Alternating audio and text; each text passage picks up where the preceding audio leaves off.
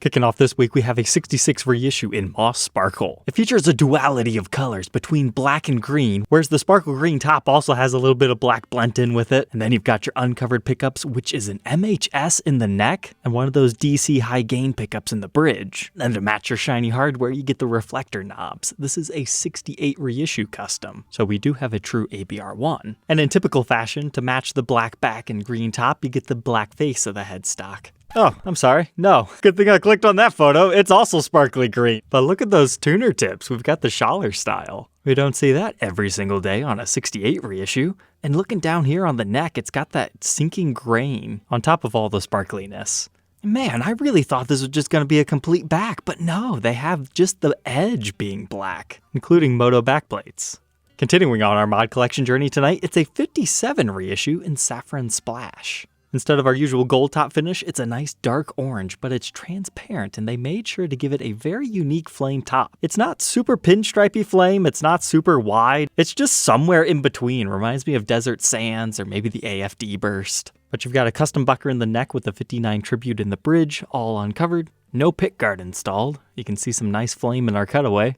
And our full body shot is also alluring to interesting tuners. Perhaps that's going to be the theme this week. Outside of those, we don't have a Les Paul model silkscreen on it, and it's a regular Gibson USA truss rod cover. But those are open back Grovers, and it's branded as DS Serial 268, featuring a complete natural back. It's kind of nice to see a reissue without all the heavy aniline dyes. But now Gibson's getting with the hip lingo. We got Sigma Green over here for 24. It's an SG standard, but just a metallic green with uncovered black pickups, still with the golden bobbins. And then you get the matching knurled knobs, also done up in gold. This reminds me of a limited edition run done up in 1993 of an SG special. Except for this time, it's a little bit fancier. They dressed our headstock up with some perloid tuner tips, but those aren't just any tuners, they're actually locking.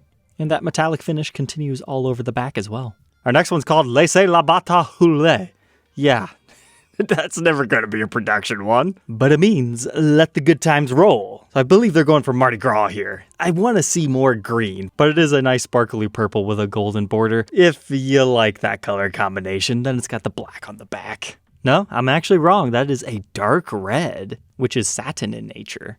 The ambering of the headstock lacquer makes it look like a historic. This would have been a great time to put a green Gibson logo on. But that's a lot of colors going on. Red on the back, purple gold on the top. But then to tame it down a bit, we've got a Les Paul custom named English Rain. It's a really nice drabby gray hue, outfitted with Dirty Fingers Plus pickups. And witch hat knobs, that is just the theme this week. Uncovered pickups with a black edge, at least. But then check out your metal knurled switch tip. You don't see those every day in Gibson land. And hey, I actually preemptively called something. We do have the gray on the back, but again, just the edge of the body was painted black. And it's just like that first one. They did paint our headstock matching, which from your full body angle looks like so. Now I'm really confused because this side profile shot shows us the gray color, and so does this one. Well, if anything, I've learned with Gibson's new photo styling for the mod collection, we gotta pay extra special attention because it messes with the lighting. That one's definitely not two-toned, but it certainly looks like it. Our next fancy name is Raya Roja Lima. If you're a big fan of the Les Paul Custom Scorpion series like we documented in this episode, this next one's gonna look pretty familiar to you. They took that same theming and incorporated it in red and green and maybe a dark blackish purple, but it's put on an access custom this time. So when you flip it over to the back, you get the carving here, a comfort cut, no back edge binding due to that. You also get the apex head carve, and look at the figuring on that mahogany neck. Quite nice. So far it's been a bit eclectic to find a new home, but it's available at 66.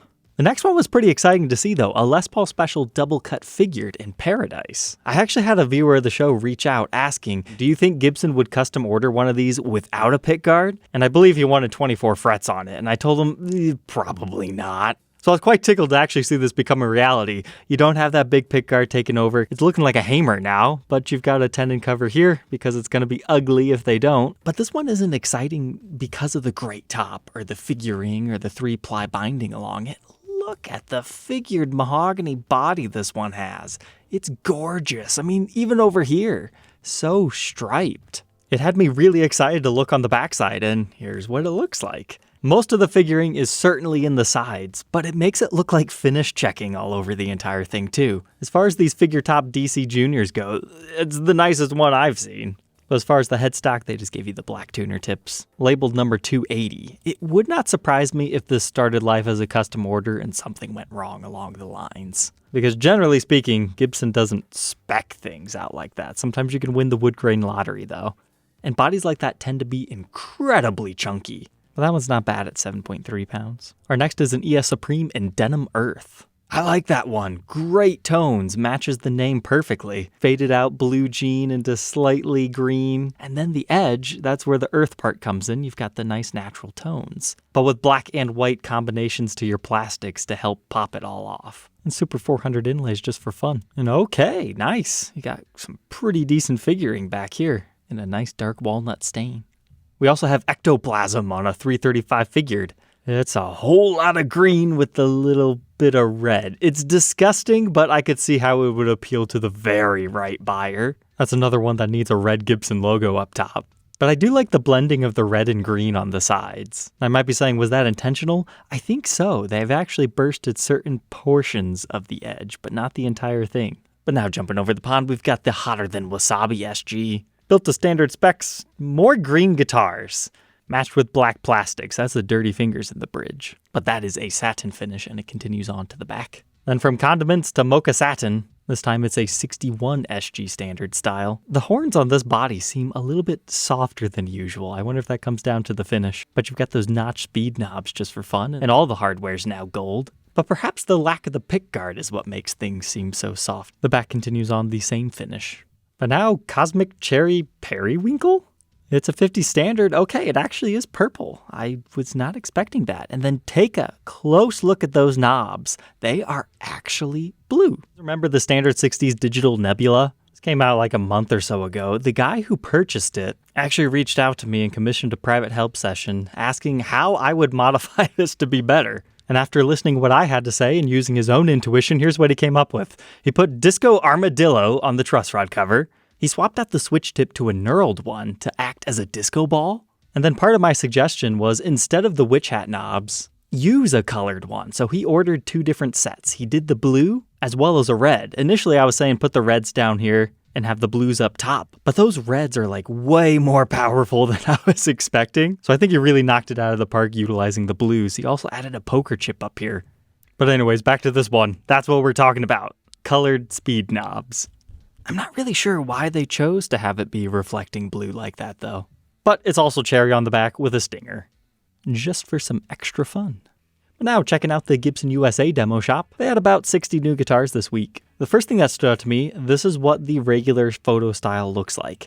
This one is way different. The back is like gray, and you can actually see the table's wooden tones. Which one do you guys prefer? Because if you compare the wood grain, it is the exact same. The only thing that's different is the camera settings. And I've got to say, I really like this. It reminds me of a high-end boutique shop. It makes all the natural colors pop. But the main difference between these is white pickguard versus black. And I know from experience that white makes your cameras go crazy, and if you don't know how to adjust it properly, it can make things look different. So I think somebody just forgot to change their settings. I would consider that a happy mistake, because I really like the stylings of this one. Well, they also had one of the sideways Vibrola SGs. This 335 had an interesting blemish on the face of the headstock. Looks like a clip-on tuner or a capo mark. And this 59 reissue in Dirty Lemon, I like the pixelatedness of the wood over here. That refers to how that particular piece of wood was sawn, but you don't see that very often with the figuring like that. It's cool. This BB King Lucille Legacy is transparent ebony. Yeah, sometimes they come out really dark. I don't see any of the figuring. But then again, it could also just be camera settings. The standard 60s Unburst, for not being billed as a AAA top, I thought that one was pretty fantastic. The back is cool as well. We can follow it up with the Slash Appetite. It's another one of those really deserty tops. I love this section right here where it's so uniform. And now we've got a 60s translucent Oxblood, featured because look how dark colored that mahogany is. They must be getting it from a different location, because sometimes these can be rather light. For example, here's how a lot of the modern day standards have been coming out. So to see something that dark was pretty surprising. This 50s P90 Gold Top is another one that I thought was particularly dark, but then it's got a little bit of a flame patch right here. But this humbucker version had to be the darkest one this week. That's some really deep coloring, and that's not the finish, that is just the wood. They continue to blow out a bunch of these Billy Joe Armstrongs. I think we've seen, what, close to 15 now? And when you're talking a limited edition production run, that's quite a few. But my favorite, and you can also see was more expensive than all those other ones I just showed you, had to be this place that they cut that pickguard material out of. That is just gorgeous. I like it. Somebody picked up this Access Custom. I thought that was a particularly nice and wide flame top for one of those. And lastly, another one of those 80s Explorers showed up. Somebody saved themselves $100 and a 3-year wait. Its serial dates to late 2023. All right, Troglodytes, I hope you enjoyed this week's recap, and we'll catch you tomorrow on the next episode. Take care.